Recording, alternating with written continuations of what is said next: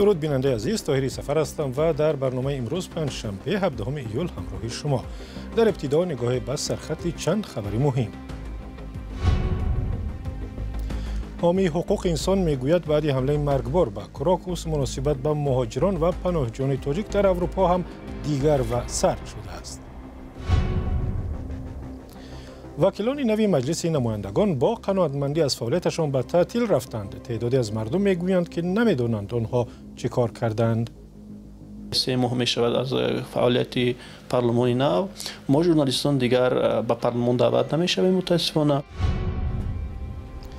سفر ایجادی گروه هنری نیروهای هوایی آمریکا به شهرهای تاجیکستان که به گفته خودشان با احساس خوب به وطن برمیگردند. فکر میکنم که آنها چشمهای آنها کشوده شدند.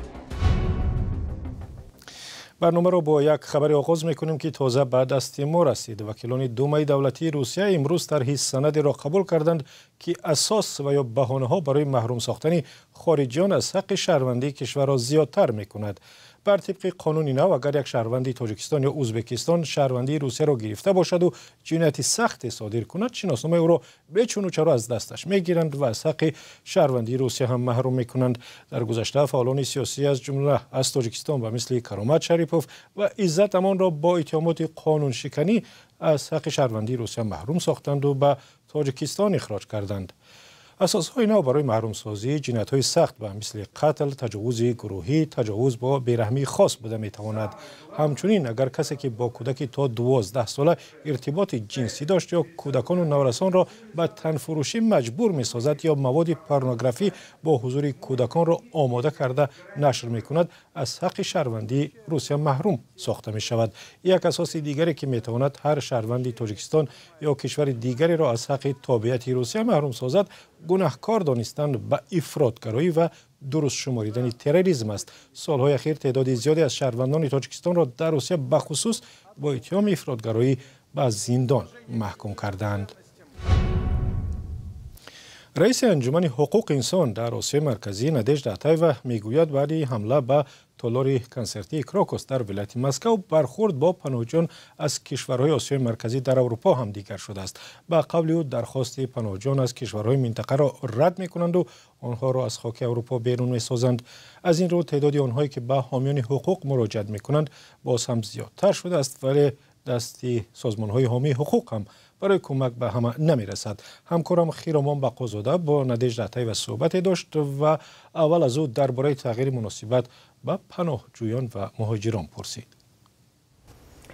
Но прежде всего мы отмечаем резкую волну дискриминационного подхода. ما یک بار بالا رفتن موردهای مناسبت تبعیض‌آمیز نسبت شهروندان تاجیکستان را مشاهده می‌کنیم که بی‌شبهه از سیاست کرمل منشأ می‌گیرد. من حالا به تاریخچه حادثه‌های کراکوس مراجعت نمی‌کنم و درباره تجربه مراجعت‌ها به سازمان ما می‌گویم. بی‌شبهه اکثر شهروندان تاجیکستان که به اروپا می‌آیند روشنفکران هستند و هم مهاجران کوری می باشند که از روسیه توسط مرز بلاروس و پولش آمدند. حالا قانون‌های مهاجرت هم سخت‌تر می شود و آنهایی که بار اول در عریضه مقام پناهندگی جواب منفی گرفتند، در صورت مراجعت برای بازبینی عریضه‌شان هم بیشتر جواب منفی دریافت می کنند. به آنهای زیادتر جواب منفی می دهند که اعتقادمند بودن خود را آشکارا نشان می دهند. مثلا اگر زنها حجاب و مردها ریش داشته باشند، مناسک مذهبی را رعایت کرده موقع دینی خود را پنهان نمی دارند. توجهی به خصوص به آنها داده می شود که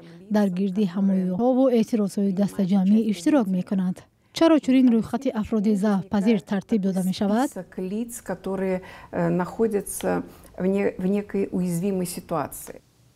سوال دیگر به نادژدا اتایوا این بود که تا کجا حمله مرگبار به کراکوس سبب شد که در اروپا به شهروندان تاجیکستان توجه بیشتر روانه شود.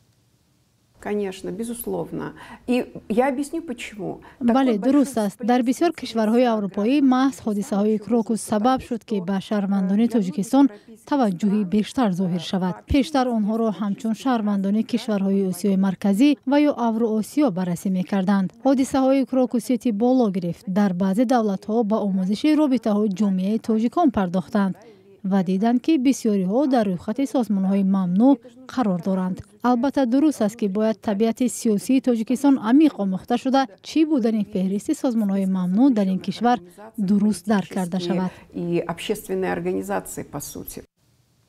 همکارم خیرمان بخوزاده با نادژده طیبه یکی از حامیان حقوق مقیم اروپا صحبت میکرد که به پناهجویان تاجیک هم کمک میرساند. او همچنین گفت این زمان با پرونده 20 شهروندی تاجیکستان کار میکنند که میخواهند حق پناهندگی بگیرند یا در داخل کشور با مشکلات جدی روبرو هستند. گفتگوی مفصل با نادژده طیبه به زودی در وبسایت azadi.org نشر می شود.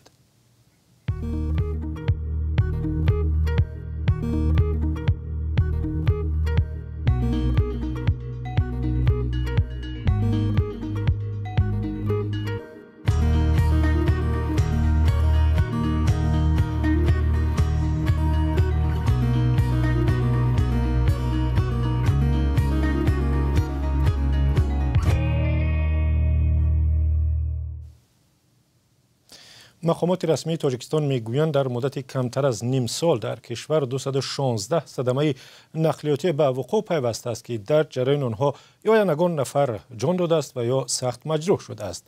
سبب‌های این حادثه ها و مرگ و میر زیاد در راه‌های تاجیکستان به گفته بازرسی دولتی اتومبیلی پیش از همه سرعت بلند و هم رعایت نکردن قاعده‌های حرکت است. تصویر دو روزی فلاکتبار در راه‌های تاجیکستان در گزارش همکارم اسکندری خواجه میرزاده. در صدمه‌های نقلیاتی در تاجیکستان در مدت کمتر از 2 روز 10 نفر جان باخته و 4 تن دیگر زخم برداشتند. وزارت امور داخلی تاجیکستان روز 14 ایول با نشر یک بیانیه رسمی تعدادی از صدمه‌های نقلیاتی با عاقبت‌های مرگبار را تصویر کرده است که روزهای 12 و 13 ایول در گوشه‌های گوناگون کشور صورت گرفتند. در میان قربانیان ظاهراً 3 عضو یک خانواده از ناحیه وخش نیز هستند که در نتیجه صدمه مترولر جان دادند.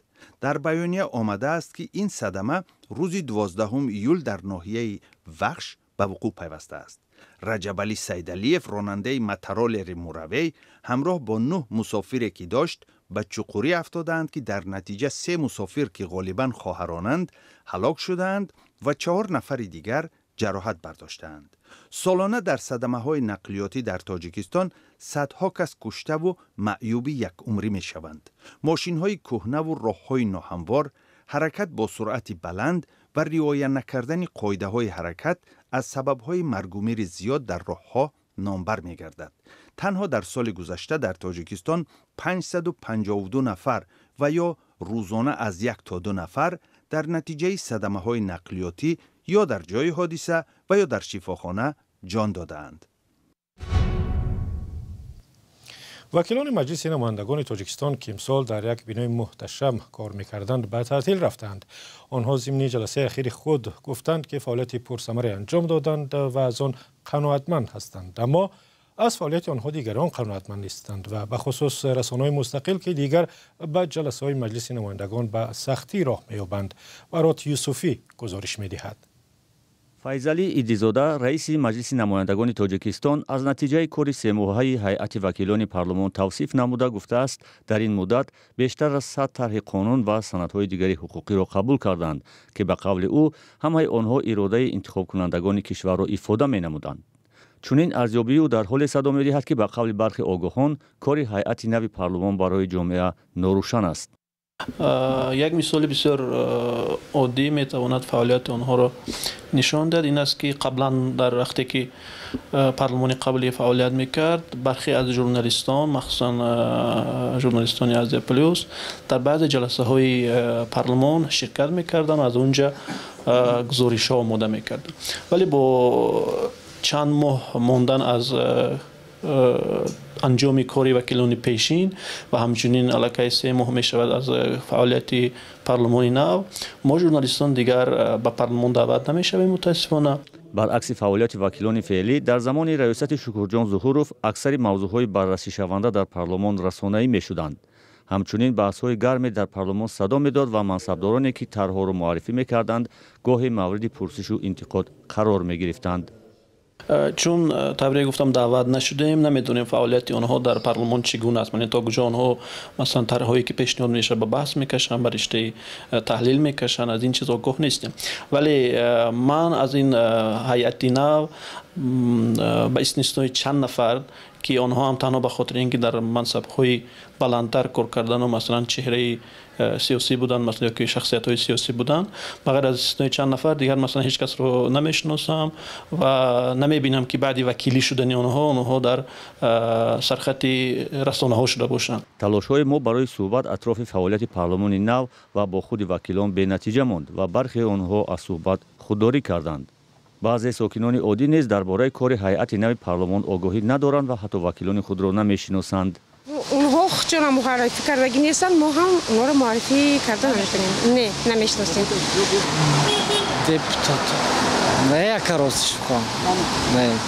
هیئت نو پالاتای پایانی پارلمان تاجیکستان 2 مارت سال جاری انتخاب شده و 19 مارت اولین جلسه خود را برگزار کردند. مجلس نمایندگان از 63 وکیل عبارت بوده، اکثر آنها را اعضای حزب حاکم خلق دموکراتی تاجیکستان تشکیل می‌دهد. حزب‌های دیگر که در پارلمان کرسی دارند برای فعال و مستقل نبودن بارها مورد انتقاد قرار گرفتند. وکیلان مجلس نمایندگان تیر ماه امسال دیگر بار به سر کار برمیگردند و می‌بینیم این دفعه چگونه خواهند بود. شهر دوشنبه چند روز پیش میزبان دسته هنرمندان نیروهای هوایی امریکا بود که برای گروه از مردم کنسرت نمایش دادند.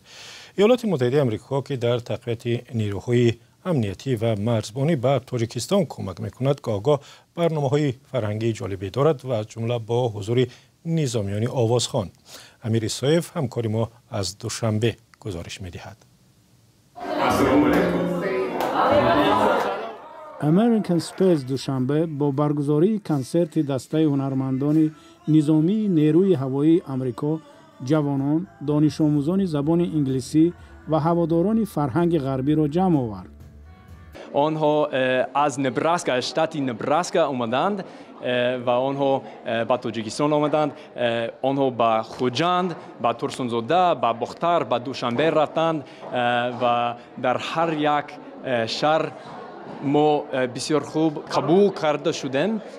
با مردم تاجیکی گپ زدند و در برای فرهنگ های ما آنها صحبت کردند و آنها فکر میکنم که آنها چشم های آنها کشوده شدند. ریچل ویلسون سرونده گروه از پذیرایی دانشجویان تاجیک اظهار قناعتمندی کرد. ما در اینجا در امریکن اسپیس دوشنبه رویدادی فوق‌العاده داشتیم. دانشجویان خوش‌ذوق طریق ثبت نوا با ما نمایندگان نیروی هوایی آمریکا واخوردند.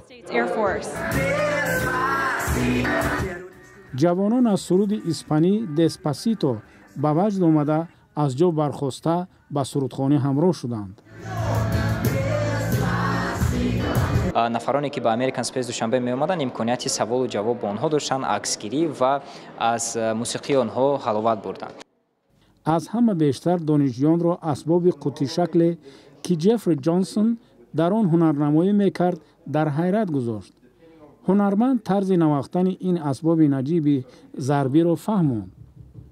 رادیو آزادی پرسید که گروه با فرهنگ تاجیکی آشنایی پیدا کردند یا نه. بله، در واقع ما این فرصت را داشتیم که روی موسیقی تاجیکی کار کنیم، اما با شدت برگزار گردیدن کنسرت ها نتوانستیم به خوبی از پی شویم. میخواستیم فرهنگ شما را ارزیابی کنیم، ولی وقت کمی داشتیم که موسیقی شما را گوش کنیم و لذت بریم.